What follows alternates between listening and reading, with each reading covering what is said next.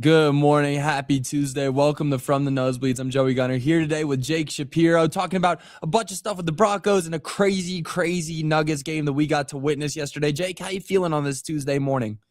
I'm feeling great, Joey. It's not winter in Denver. It is winter, but it's not winter. Yeah. Put the I'm walking W in around in winter. shorts and a t-shirt most of these days. It's insane how it is right here.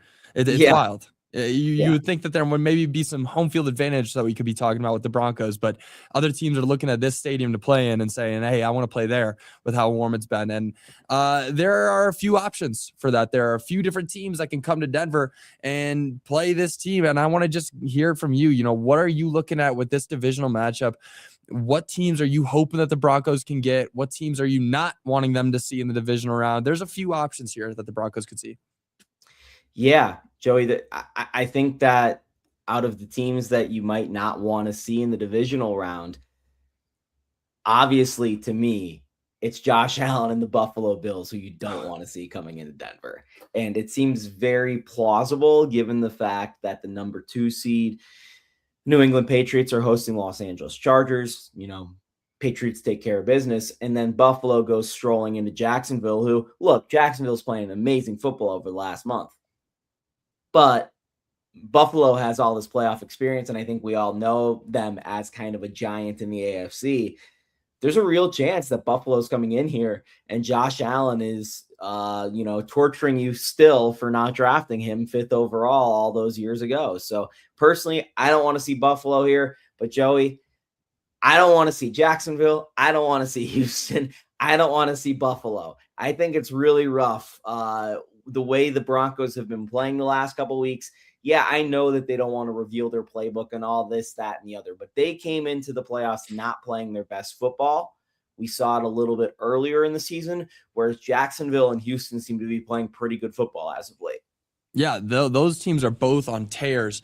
The Bills, I mean, we're looking at a real rivalry starting if the Bills end up making it to Denver and knocking them off. Just hypothetically, say the Bills come to Denver and beat the Broncos, which is a real possibility. I'm not going to lie and sit here and act like the Broncos are just going to roll through the playoffs. If the Bills come to Denver, that's going to be the toughest game you've played all year in a setting that you're not familiar with. I mean, the divisional round is not something that Bo Nix and most of these players on this Broncos team have ever seen.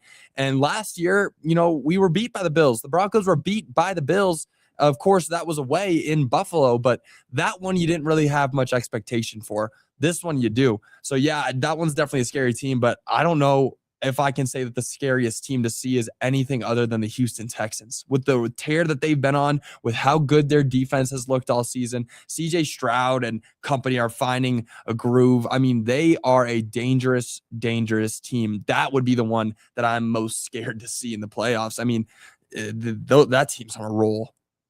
Yeah, and I think the only reason you beat them the first time is because Stroud got hurt on a hit that was legal.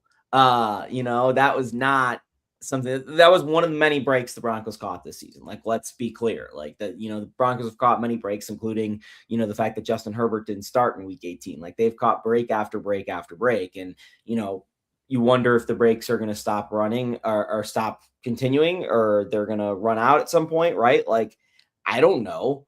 But the break that the Broncos would get, at least in my opinion, for this round is if all of the teams that are supposed to win that are hosting actually do win and the Broncos end up facing Pittsburgh. I think it's clear that Pittsburgh is the weakest team in the AFC.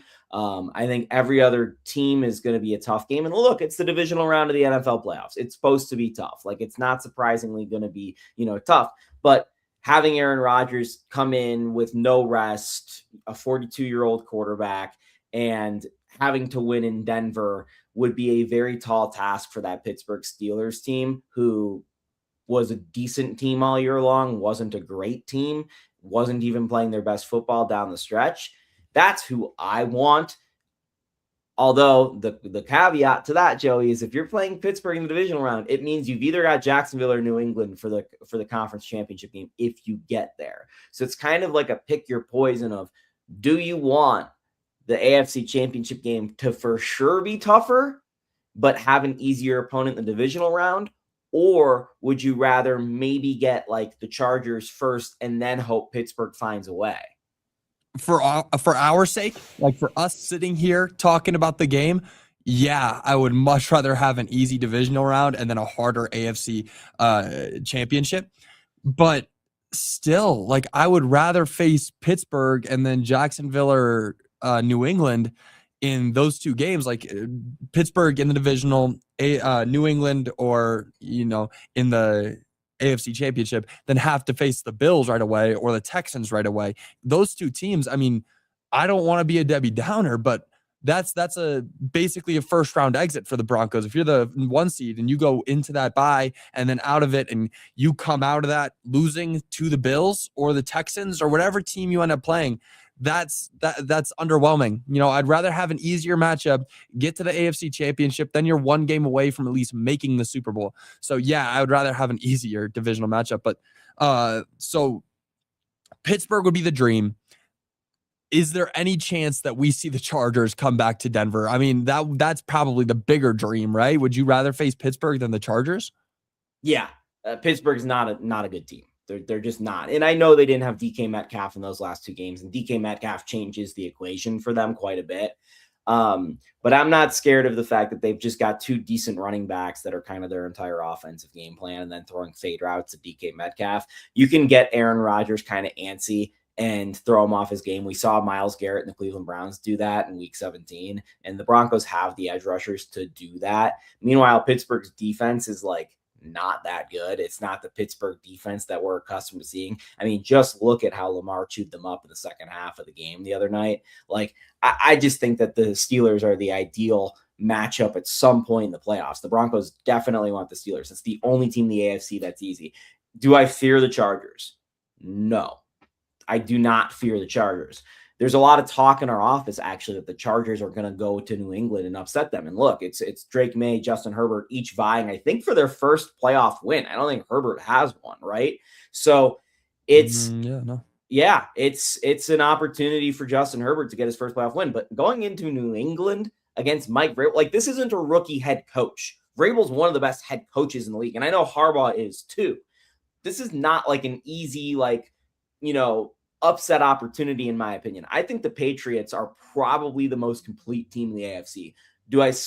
Am I scared of them the most? No, but I think they're the most complete team in the AFC. I think Drake May is the best player in the AFC, the way he played this year. I think their offense was way better than most people believe, and their defense was fantastic, led by a former Buff who says he's from Oregon, but former Buff out there at cornerback. So I really, really like the Patriots. I do not think the Chargers are getting past the Patriots, but if they somehow do, and then they have to come back to Denver and face 2 road games, a 3rd road game in 3 weeks, I like the Broncos in that matchup. The only time they played this year for realsies was in LA, and the Broncos barely lost that game, and it was on the road. I know most people are like, oh, their home field advantage isn't real, but no, the home field advantage of playing in Denver is a lot more than the neutral field advantage of being in LA in that stadium. I agree with that, but I don't agree with almost everything you said about the Patriots. I think that they're one of, if not the most fraudulent teams in the NFL right now. I mean, we're looking at a team that has the same amount of federal charges against them as they do wins against teams over 500. So I don't really want to give them too much credit. Wow. Jake showing his true colors. I'm not a Patriots fan. I just have a lot of sports memorabilia, Joey. Yeah. And I have a feeling that this is a good Patriots team. That's all I'm saying. I mean, I think that having Drake May in the MVP case over what Matt Stafford has done this season is ridiculous. Matt Stafford's having one of the best statistical seasons of all time, and people I didn't say best Drake. Player in the NFL. I said best player in the AFC. Maybe. I think that honestly, this Chargers team has a real good chance of upsetting the Patriots. I can feel it. There's just that, how you get the feeling, the gut feeling. Like, there are certain games where you can see upsets, and it's 7-2 upset in the AFC this season would not surprise me. Again, I just don't think that the Patriots have shown me anything real, against a real good team, a real solid team. They haven't gone out. I mean, this is a team again that was underdogs against the Bills, and they ended up losing. Or were they? I forget. Over early December. Well, I believe they were underdogs. fantastic in the first half of that game and fell apart in the second half. And Exactly, that's and that won't work in the playoffs. Like, you part of can't being a fall young apart. team. Part of being a young team. They've got a lot, the thing about the Chargers is they've got a lot of flash and sizzle. They've always had a lot of flash and sizzle. Herbert, Hampton, they still got Keenan Allen out there. Oh, they've got receivers. You know what they don't have? They don't have an offensive line. And you know what wins you games this time of year? They got Joe Alt. Yeah. What wins you games this time of year is the trenches. The Broncos have the trenches covered. Like, if you think the Broncos are going to win the Super Bowl, your theory does not work for the Chargers getting past the Patriots. I like the way that you phrase that, and I can see it. I just think that, like, the train's got to stop somewhere. And the same case can be made for the Broncos with the way that they've won a lot of games this season. But the Patriots, just the way that they play, yes, they blow out teams. They look good on the road or at home. They can put up good fights against other teams that are competitive. But when it really comes down to it, they've had a great schedule. They've had a really easy schedule this season, the easiest schedule in the league. And they did what they were supposed to do. They won with their second-year quarterback and Stephon Diggs and a great offensive line there. But I don't see them going too far. And Joey, I mean, do you know how many points the Broncos outscored their opponents by this year? like total or average? Total. I'm going to guess it's somewhere around like 27. No, it's 90. I mean, they went. Oh, it's 90. Really? I wasn't giving them enough credit. I guess, yeah. I forgot about the Bengals and the Cowboys. I was thinking more Jets, Raiders, that kind of stuff. So the Broncos outscored their opponents by 90 points this year. The Patriots outscored their opponents by 80 points more. They outscored their opponents by 170 points this year. Yeah, Joey, but they're also playing teams like the Jets twice a year. And the Broncos were playing backup quarterbacks the entire season. The entire season. Well, that's the one thing we've known about the Broncos is that their offense has been inconsistent. They've gone out and they shined. I'm not saying that the Patriots are a better team or the Broncos are a better team. I think that they're both, at this certain point where they're just kind of getting wins when they can take them. But I mean, the Patriots, I don't see succeeding in the playoffs. I'm just saying I don't buy the theory that the Patriots schedule has been that much worse than the Broncos when the Broncos schedule was also a last play. The Broncos schedule was also the Broncos was the second easiest or something like that. It was right there. Right. So I have a hard time, making an argument that, the Patriots played no one when the Broncos basically played, no one. It's not like they thrived, So it's about, whoever's going to come out of the AFC, you can make the case that they didn't play anyone or whatever. Like, we're going to see them. One of these teams is going to have to be Jacksonville. One of these teams is going to have to be Houston. One of these teams might have to beat both. Like, that's the fact of the situation. So that's where I'm at with these two teams. I think that my dream AFC championship matchup is Broncos Patriots, not only because of the storyline, because of how we thought back in the 2010s, because of how much fun it was to see Tom Brady versus Peyton Manning. I just want to see what these two teams who've had great schedule luck, what they look like when they're up against each other. And I think that the Broncos, again, like you said, trenches, they end up winning that game. But I mean, that's just the dream. I can't think of anything better than that. I mean, can you? Well, what's your dream AFC championship? Well, it would kind of be fun to get the Steelers and then the Patriots, then Carolina again, because it would be 2015 in Santa Clara. It would just be the exact same slate. But I think my dream AFC championship at this point would be a matchup against the Jacksonville Jaguars, because you go deeper into Broncos history, and the worst loss in Denver Broncos history 96. Was to the Jacksonville Jaguars in 1996. So you redeem some of that at least. I mean, I know our boy Mark Schlereth would love to see it. I'll put it that way. Oh yeah, he would be. I would love to talk to him the Monday after the Super Bowl about that game. But we should move on, because we saw, and I cannot stress this enough, the most exciting and most hard-fought victory in regular season Nuggets history yesterday. Am I exaggerating too much? Because that was one of the most insane games I've ever seen, without your top 7 players and the JV squad out there getting to work, beating the Philadelphia 76ers on their home court and during a 3-game win streak. It doesn't get better than what we saw yesterday, Jake. It was among the best. It was definitely among the best. It's in that special class of Nuggets regular season wins with the 7 from Utah, the time DJ and Reggie turned back the clock in LA, Nikola Jokic's 21-point comeback against the Warriors, ending in a half-court buzzer beater winner. Yep. Like, these are the special Nuggets regular season games from this era. There are a couple more in this group. I wrote about it last night for denversports.com. I'm not willing to say it's the best. I need to give it a little bit more distance. To me, it's always the 7. That's been the defining game of Nikola Jokic's time. But I thought David Adelman was very smart in pointing out the fact that for a lot of those games, the Nuggets still had Nikola Jokic. And last night, they did not have Nikola Jokic, nor did they have any one of their top 7 players. And the fact that you had a third-string point guard in Jalen Pickett and a fourth-string center in Zeke Naji, giving it to the 4th best team in the Eastern Conference, led by a former MVP in quotation marks, because you know how I feel about that guy and how everyone in Denver feels about that guy. It was freaking awesome, Joey. He was in the conversations with Nikola Jokic, and he got his butt handed to him last night by Zeke Naji and Jalen Pickett. It was freaking awesome. Yeah. And I didn't have any expectation that the Nuggets were going to win that game. You heard Austin Rivers, former Nugget, on the broadcast talking about early on, well, these guys have no expectation that they're going to win this game, so they're just going out and playing free. And you see Jalen Pickett stepping back and isoing the former MVP of the league multiple times and hitting buckets. He was giving the MVP buckets, as he said post-game. It was awesome. And every single one of those guys, even the guys that struggled a little bit in that game, Curtis Jones, Julian Strawther, Deron Holmes. Julian Strawther had some huge rebounds in that game. Deron Holmes had some nice defensive possessions. Curtis Jones came out and hit a 3. Like, these guys had an impact. Like, every single player last night had an impact, and Payton Watson's star continues to shine. Like, this was just an awesome, awesome Nuggets game. And I can tell you, as someone that literally wears the hat and capes for this team,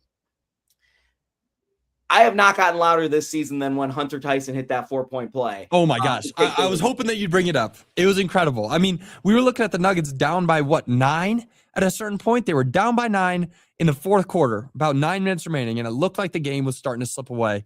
And they kept crawling back. That was when Julian Strawther was getting those big rebounds, going down, hitting some buckets, and they're down by 2.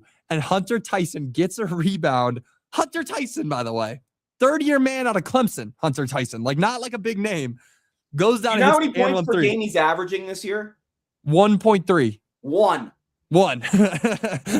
Yeah, like goes down, hits the biggest shot of his career on a random Monday against an Eastern team on Peacock. Like, incredible game. And let's just look at this right here.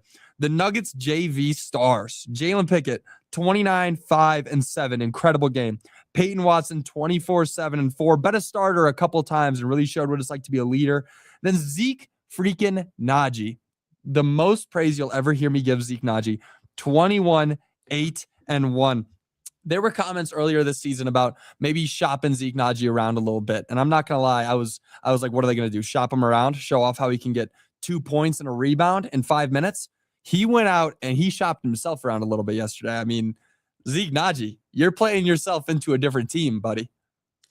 Yeah, man, I don't need to completely share with you the details, but I was in the NBA trade machine faster than you could say Zeke Naji after the game because, that guy has negative trade value and had an incredible game yesterday. And those are the games that Zeke is going to need to have to stay in the league long term and to make himself valuable to other teams. So that was that completely changed the way Zeke Naji's career will be looked at potentially. So awesome game. I thought we saw some of the best traits of Zeke. Some of the reasons why I at the time thought that extension wasn't that bad of a deal, because he is a switchable defender. He did guard Tyrese Maxey at times. He did guard VJ Edgecombe at times. Obviously, he was also guarding Joel Embiid at times. On top of that, he went aggressive to the rim. Also, hitting threes. He hit 4 threes last night. And he was the leading rebounder for the Nuggets. Like, these are the reasons why he was given that contract to begin with, because it is all there at times. It does flash and it looks incredible. It looks like a 6'11" switchable big who can shoot threes, which if you look around the league, How many of those guys exist? It's Evan Mobley, and that's about the end of the list. Maybe Jaren Jackson. So, like, Zeke Naji, I'm not saying is in the class of those guys, but last night he played like one of those players. And Jalen Pickett was literally being compared to John Stockton by two former NBA players in the middle of that game. That's how good Jalen Pickett was. And there were multiple passes Pickett made last night that were like mind-numbing, like just unbelievably good. And they didn't even result in assists because the Nuggets didn't have that much talent on the floor last night. So Payton Watson's playing point guard. Payton Watson's not that good of a passer. He's throwing crazy passes, like just inaccurate. And that's not his role. But he was asked to do something he doesn't do that well. And he has like a turnover that's just so brutal. But you know what? They kept fighting. Bruce Brown kept fighting. Bruce Brown's not been good most of the season. That's like kind of a little secret here in Denver. Bruce Brown has the biggest bucket of the game, and it comes off a Joel Embiid mistake. Like, to see every which way the Nuggets could make Joel Embiid a loser on one night. Yeah, Joel Embiid with a double-double. Leads the game in scoring with 32 points, Joey. Unbelievable Joel Embiid game. Watch the fourth quarter and overtime. Missed half his shots. Could only get 3 rebounds against the Nuggets team with no center. Has 3 crucial turnovers. Ripped from his hand. Game-losing goaltending. Yeah. Was terrible. Single-handedly cost the Nuggets or the 76ers the game. The best player on the floor last night for the Denver Nuggets was Paul George, followed up by Joel Embiid. Of course it is. Every time the Nuggets play Paul George is the best player on the floor for the Denver Nuggets. I feel like that's what can be said about Paul George for a lot of different teams. But I think honestly, like, and I got to give the Sixers some credit. The best player on the floor yesterday looked like VJ Edgecombe in a lot of. He was. I mean, you talk about clutch. He single-handedly brought them back to that game to send it to overtime. Only, I believe, what was it? 8 points scored in overtime, maybe 7. What was no? Maybe it was 9. I don't know, but no, very little points scored in overtime. 5 for the Nuggets. 5 for the 4 Nuggets. 4 for the Sixers. Which is crazy because the last time the Nuggets had an overtime game, they scored 27 points in overtime. Yeah, like one of the highest scoring overtimes ever. Right. So that was kind of incredible to see them just grit their teeth and win it that way. I thought David Adelman was fantastic last night. Some of his play call draws were incredible. I thought the approach, the strategy, the X's and O's on the draw from the onset were incredible. Of just, hey, Joel Embiid's the former MVP. He's probably going to beat us with no centers. Let's not let Tyrese Maxey also beat us. I thought the double team approach was awesome, trying to make Joel Embiid a passer. That clearly worked down the stretch. And they completely contained Paul George throughout the course of that game. You know, just shout out their defense. Spencer Jones is the one guy I didn't mention so far. Spencer Jones was freaking phenomenal in that game. Defensive monster. Oh, my God. He was guarding absolutely everyone. He guarded Embiid. He guarded Maxey. He guarded George. And he had some of the biggest plays of the game, including the tip out to Bruce Brown that resulted in the game-winning bucket. So there were just so many people that had contributions. And this is the reason why Michael Malone got fired last year. Not this game, but because the Nuggets lost this special thing that they've had much of the Nikola Jokic era and much of Malone's time as the leader, which was they never gave in. And they fought like absolute heck in some of these games that they had no business having a chance in, creating those memorable games like the 7, like the DJ and Reggie game, like Nikola Jokic going to Golden State and hitting that half-court buzzer beater. They did all of these insane things, and they had that grit and toughness, which I always thought came from Malone. Now David Adelman, in addition to being a great X and O's coach, has found a way to instill something within this team that is going to be very, very essential throughout the course of this month without Nikola Jokic, and also will pop up again in the playoffs when a team hits you in the mouth and goes on a 6-0 mini run and you're down 9 in the fourth quarter. Like, these are the attributes that a team needs to win a championship that the Nuggets simply have been lacking since about midway through the 23-24 season. I like it. All right, one last question before I finish up. How much does this change your belief in, or how much confidence does this give you in this team winning a championship this year? Like, just this one. Yeah, I just said it. Like, it showcased your depth a little bit more. It perhaps put some more trades on the table that weren't there before that are probably going to be needed to make. I still want the Nuggets to make a move with their 15th roster spot. I don't think that like it's all said and done yet. They've got about a month to do that. In terms of a single win that gives you a confidence that the Nuggets can win a championship this year, I don't think this ranks within the top 5 that I've seen. Like the Houston games are more important. The fact that they went 12-3 to start the season with their starters, some of those wins, I think show you more about this team and what it will actually look like in the playoffs. Joey, the only guy that's going to be playing in the playoffs, serious minutes who play, well, I guess that's wrong. There's 3 guys that are going to be playing serious minutes in the playoffs that played last night. It's Bruce Brown, it's Payton Watson, and it's Spencer Jones. Most of those guys who were awesome did not do that. But the fact that Jalen Pickett can do that, and the fact that Zeke Naji did that, maybe gives you some reason to rest Nikola Jokic and Jamal Murray a little bit more than you had planned on. And having those guys healthy for the playoffs is so important. So if this team can just find a way to win 5 games and the 15 games Nikola Jokic is out, and right now they're 2-2 without Nikola Jokic. If they can go 5-10, they're going to be okay for when he comes back and they ascend back up the standings. So every win that they buy themselves that they shouldn't have won over this stretch, that gets them closer to getting that number 2 seed and avoiding Oklahoma City for longer, who, by the way, is 6-6 in their last 12. And to me, them losing on their home floor to Charlotte last night tells me more about the Nuggets championship odds than the Nuggets beating the Philadelphia 76ers with the Grand Rapids Gold. Wow. I like that. I like the Grand Rapids Gold. I like it. The JV Stars shined yesterday. All right. Well, Jake, thank you so much for joining. Always a pleasure to have you. We will see you all tomorrow. Until then, y'all have a great rest of your day. Bye, y'all.